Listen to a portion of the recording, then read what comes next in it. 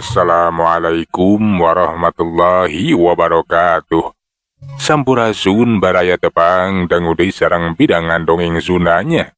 Urang ngadongeng dieu, urang neraskeun hanca dongeng anu katunda kalayan ngabantun jajara carios Mustika Careuh Bodas. Ieu dongeng teh karangan Mang Nyaliranya sok sanaos dongeng basajan, marah mandar janten hiburan. Atuh kabaraya anu satya manco kandongeng Mang di mana we ayana. Mugi asadayana aya dina kasehatan lahir sindarangan batin, dilalancarkeun sagala rupinanya tong hilapi rojong ditaroelan tombol sukrep. Mangga mitra supados tenjang kolong tingkana waktos urang sami-sami dangukeun deui kumaha teras ieu carita Mustika Careuh Bodas. Sok kabarayun sadayana.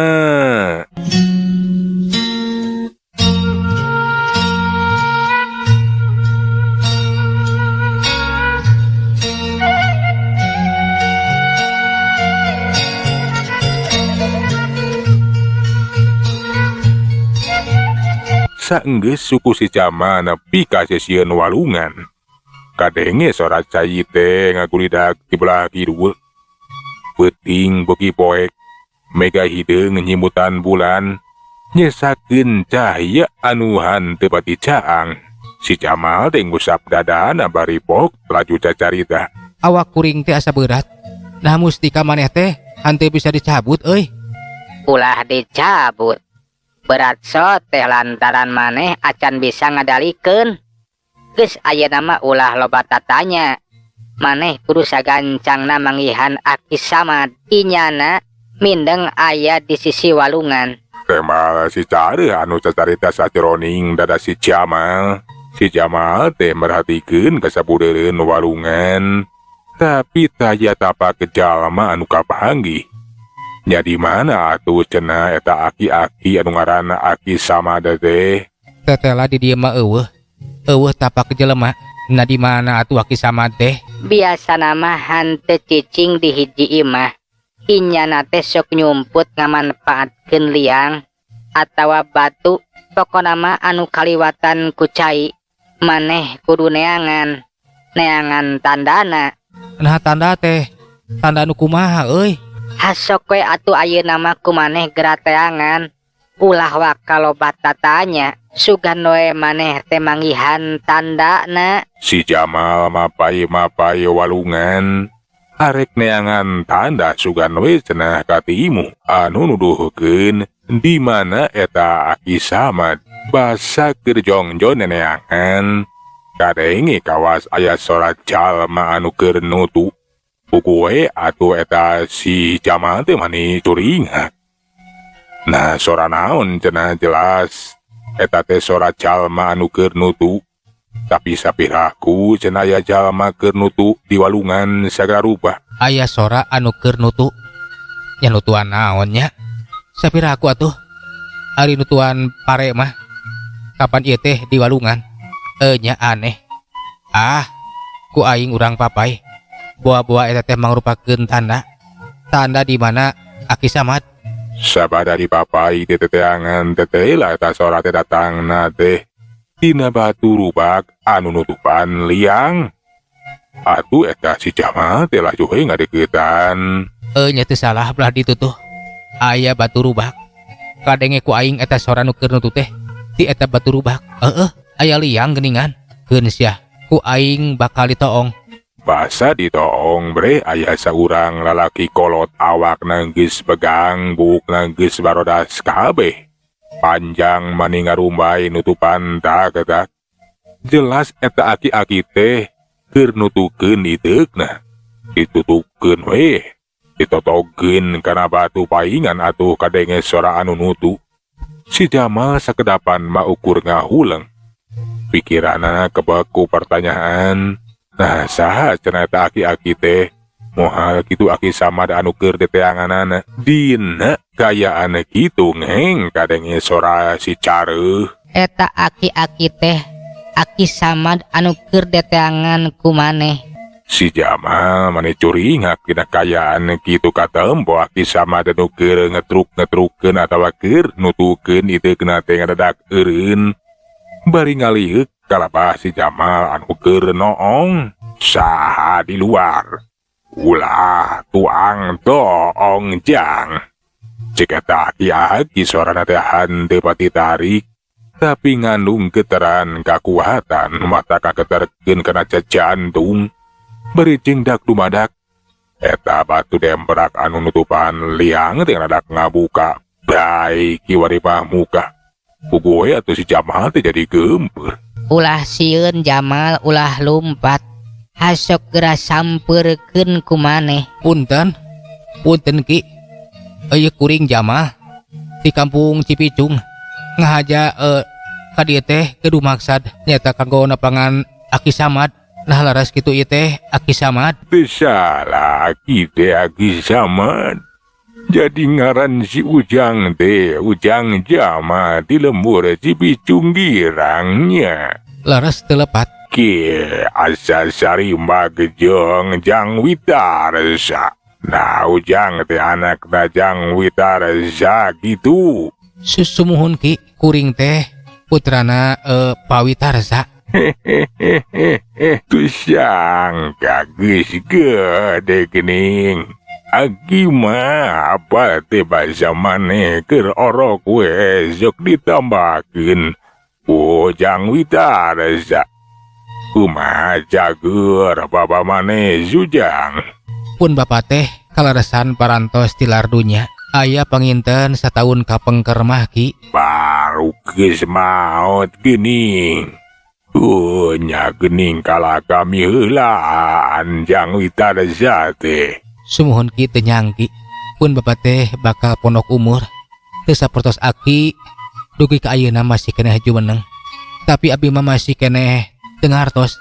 Margi kapan saur urang lembur mah Aki teh parantos tilem. Dianggapna ge parantos leungit.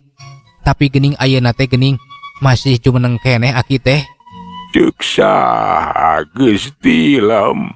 Pugu ke Aki mah nyamunikeun diri we. Nya digadasakeun panjang umur. Kan bae pasti disarangkan teh geus leungit we geus tilem.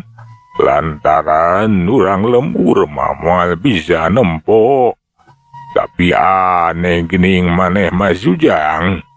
Bet dibarengkeun bisa manggihan Aki. Jeung deui bet los-los ka dieu. Narek naon atuh si Jujang teh? Pugu ngaja. Kuring teh ngaja nepungan Aki boga maksud anu tangtu. Ari lalakonna mah kieu ieu teh. Pangna kuring ngaja nenangan Aki jeung boga maksud anu tangtu teh. Cek si Jamal bari narik napas panjang geus kitu mah. Daradat bae nyaritakeun lalakonna. Sabab musababna nepikeun kadatang kadinya. Bari jeung ngahaja nenangan Aki Samad. Da puguh boga maksud jeung tujuan anu tangtu. Ku si Jamal dicaritakeun timiti nenangan careuh kajajaden. Nya nepi ka paamprokna jeung eta careuh teh. Kan bae aya kajadian anu teh henteu dipiharep. Aya lalaki anu make jubah hideung. Teteh geuning anu mumika hayang kana mustika careuh. Cenah eta lalaki anu make jubah hideung teh jalma jahat. Kulantaran si careuhan teu miharep lamun mustika naragerak ka jalma jahat, laju we atuh eta mustika teh dititipkeun di si Jamal. Careuh teh ngadadak asup kana jero awak si Jamal. Nya nepikeun ka diudag-udag ku si jubah hideung. Ngan bae cenah ecik eta si careuh teh tepungan Aki Samad. Lantaran Aki Samad anu ngareti kana mustika careuh. Sacoroni ngaderengekeun lalakon si Jamal, Aki Samad teh katempo dari anaker. Bari ungut-ungutan ngarti ayeuna mah pangna eta si Jamal teh datang ka eta patempatan. Sameme si Jamal neruskeun medar lalakon hendak lumadak. Aya cahya anu kaluar tina jero dada si Jamal. Aki Samad kentak nancepkeun hiteukna. Nya eta cahaya teh cahaya mustika careuh geuningan Jujang. Lalawora. Eta teh pusaka buhun. pusaka karun cakrabuana. Lamun nepi ka ragrag, kajalma jahat teh madak cilaka.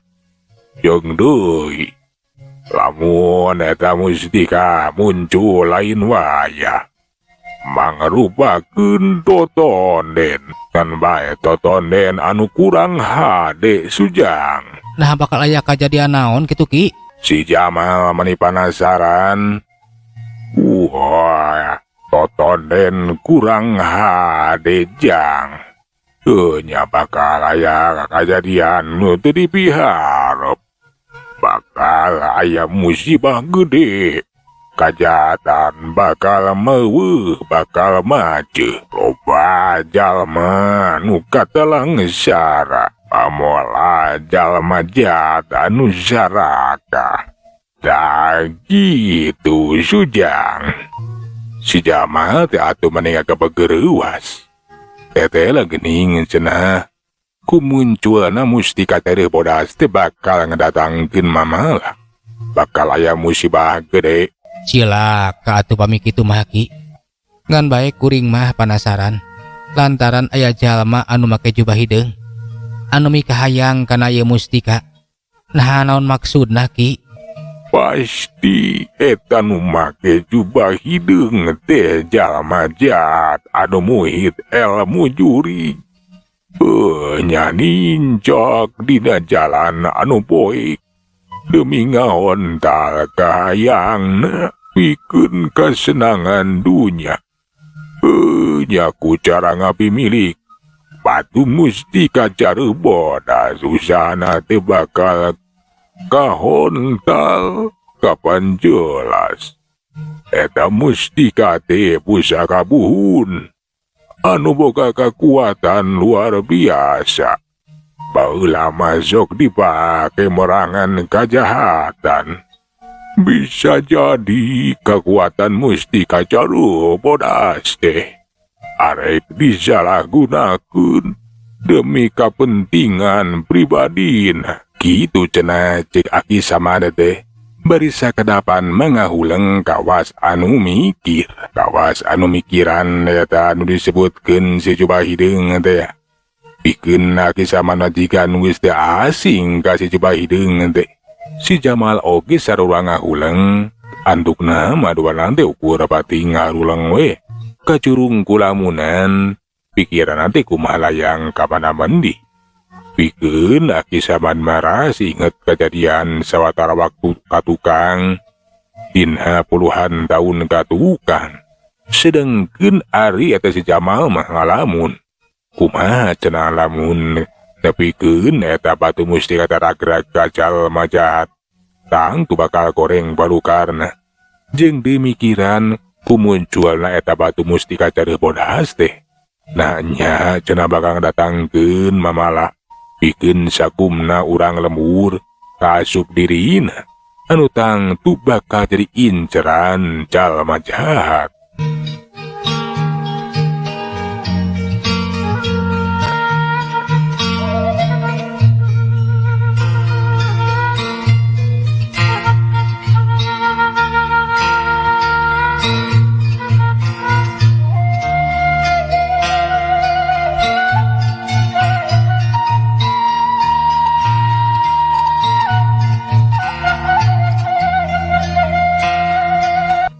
Tapi tekung sila kisaman Depok dacarita kawas anu ngajakan kasih Jamal sagancangna ninggalkeun eta patempatan. Cilaka maneh teh dina ancaman bahaya Sujang. Bakal jadi inceran maranehanana. Pasti bakal nyieun rupa-rupa tareka. Pikeun ngarabut eta batu mustika. Begituna ayeuna kene urang ini tinggalkeun ieu patempatan geus teu aman Sujang. Ugue atuh si Jamal teh jadi reuwas. Nah cenah Aki Saman teh bet kuragiru urusa gancangna ninggalkeun eta patempatan. Si Jamal teu loba mikir basa Aki Saman ngajakan ninggalkeun eta patempatan laju we dituturkeun. Sok sanajan acan apa na arek dibawa ka mana cenah. Ngan bae nu pasti bakal dibawa ka tempat anu aman tina udagan si Jubah Hideung. Kiwari mah duana nanti geus rada anggang we ngajauhan walungan. Basa keur jongjon laleumpang, aya 2 cirim anu ngahadang ngalangan jalan. Teteh lah eta cirim anu ngahalang teh make baju sarwa hideung, make jubah masalah cenah. Pasti eta teh si Jubah Hideung. Hahaha. Rek jumut kawana sia. Ulah disumutkeun eta budak teh em. Cilaka Ki. Tetela gening. Si Jubah Hideung geus ngahadang halangan jalan. Sok ka tukang janggeun ku adi urang sing hareupan. Bacu we atuh si Jamad mah nguliwat satukangeun Aki Samad. Srog Aki Samad teh maju ka hareup. Panonna neuteup seukeut ka si Jubah Hideung. Jika anu nyidik-nyidik keur nginget-nginget geuretan beungeutna. Eta nu make Jubah Hideung teh laju cacarita ka Aki Samad. Sukan teh sia teh geus kojor Samad. Tetela gening masih kene panjang umur. Aing diparengkeun panjang umur sia. Tetela sia mah tiba heula teh. Ukur ngudag-ngudag darang anu lain hak sia. Nah, rek dikumahakeun sia musti kacara bodas teh. Pasti ku sia bakal disalahgunakeun pikeun kajahatan. Wah boy sia teh arek nyieun kajahatan anu rong ka deuleu. Syukur ari geus nyaoma deuleu sia. Samad, tapi siang moal bisa ngahalangan deuleu. Karama geus udah aing. Kukituna leuwih hade pasrahkeun eta budak teh. Musti kaku aing bakal dicokot deuleu. Tapi sadelu satungtung aing masih kene jumeneng. Walau nu bisa ngarabut eta musti kacara bodas deuleu. Sok, rek kumaha ayeuna deuleu. Ai. Kalakan nang sia Samad. Peting ayeuna bakal jadi peting anu panungtungan heum. Waing sia bakal dijabkeun ka neraka heum. Cacapek teh ulah sangeunana euy. Sok, kira buktikeun deuleu. Sorot panon si Jubah Hideung ngempur hurung. Nyidem amarah anu geus teu kawadahan. Si Jamal harik napas panjang manehna teh. Hariwang inggis Aki Samad teh nebikeun ka kateterele jajaten. Si Jamal teh boga niat arek ngabantu we cenah. Pikeun ngungkulan eta si Jubah Hideung. Ngan bae teh lila aya sora si Cara anu ngahulag. Ulah cenah keun we. Sina ku Aki Samad di singhareupan. Gancangan maneh geura nyumput Jamah. Keun sina di singhareupan ku Aki Samad. Maneh acan waktuna bisa ngalawan. Atuh si Jamal teh laju we mundur. Nyumput di balik batu anu rada jangkung. Anu rek tarung geus silih bendengan. Boh Aki Samad, boh si Jubah Hideung. Kiwari teh geus pada singkil arek tarung bebehakan. Si Jubah Hideung anu meukeukeu mika hayang batu musti kacareuh. Manehna teh ngarasa asa dihalangan ku Aki Samad. Sedengkeun Aki Samad manehna ge moal mikeun. Sateka apalah we arek ngadang ngahalangan. Atuh tarung teh geus teu bisa diponah deui. Katempo si Jubah Hideung teh geus singkil bari tina dampaleungeunna teh. Kaluar haseub hideung anu mulak. Kuku we atuh kayaan teh jadi poek. Basa kayaan ngaradak poek Aki Samad teh henteu cicingeun. Laju manehna teh mentakeun iteukna. Ituk teh diketrukeun we ka ramah. Bari pok cacarita, purba kembang giling. Tekung silatina tungtung iteukna teh kaluar cahaya anu koneng. Nyorot siga panon poek. Gaya anu tadi poek teh kiwari ngagebrahi caang. Lantaran gayaan kiwari mah geus caang bari jeung cahaya ngaparasat. Si Jawa Hideung teu nepikeun ka mundur ka tukang. Bari mengpekan panona we jika anu serabeun. Kurang ajar zaman. Tete rahasia teh masih kene sakitieum. Tapi rajakeun deuleu wabala saing. Saban ular kalabur langit. Cacap cacarita taneuh sabudeureuh dapat teman ngadadak jadi oyak jika aya lini gede. Puguh we atuh si Jamal teh mun hireuwas. Laju he muntang inggis nepikeun katibaan ting bakating ku gede-gedena talini. Sedengkeun Aki Samad mah nancapekeun itekna tetep tageun teu unggut kalinuan teu gedag kanginan. Lihan dikayaan jadi oyak kawas aya lini gede. Dina dampaleungeun si Jawa Hideung teh ngabarasat cahaya beureum. Barasat eta cahaya beureum teh arek ngacocok kana awak Ki Samad. Tapi Aki Samad ge henteu cireureun. Laju manehna teh ngawatek acianna. Kidang wazit tahan daba. Cek eta Ki Samad.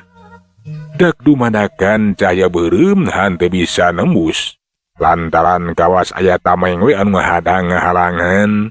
Tapi cahaya beureum anu ngabarasa tina dampaleungeun si Jawa Hideung teh hanteureun. Terus we babarasatan sedengkeun Aki ti pramana ge tetep manehna teh nada eta panah rajang. Aki Samad nangtukeun sigap nahan teu ukur cukup menahan cenah. Tapi manehna ge kudu males narajang. Gentak atuh ngawatak acianana. Pancar, gambor, zinar, suci. Tina sakujur awak Aki Samad teh kaluar cahaya bodas. Anu ngapadasatna merakan awak si Jawa Hideung. Nepikeun ka si Jawa Hideung teh maclang awakna ngalayang rag-rag. Kana rungkun manja anu teu jauh ti eta patempatan. Gabruk. Wah.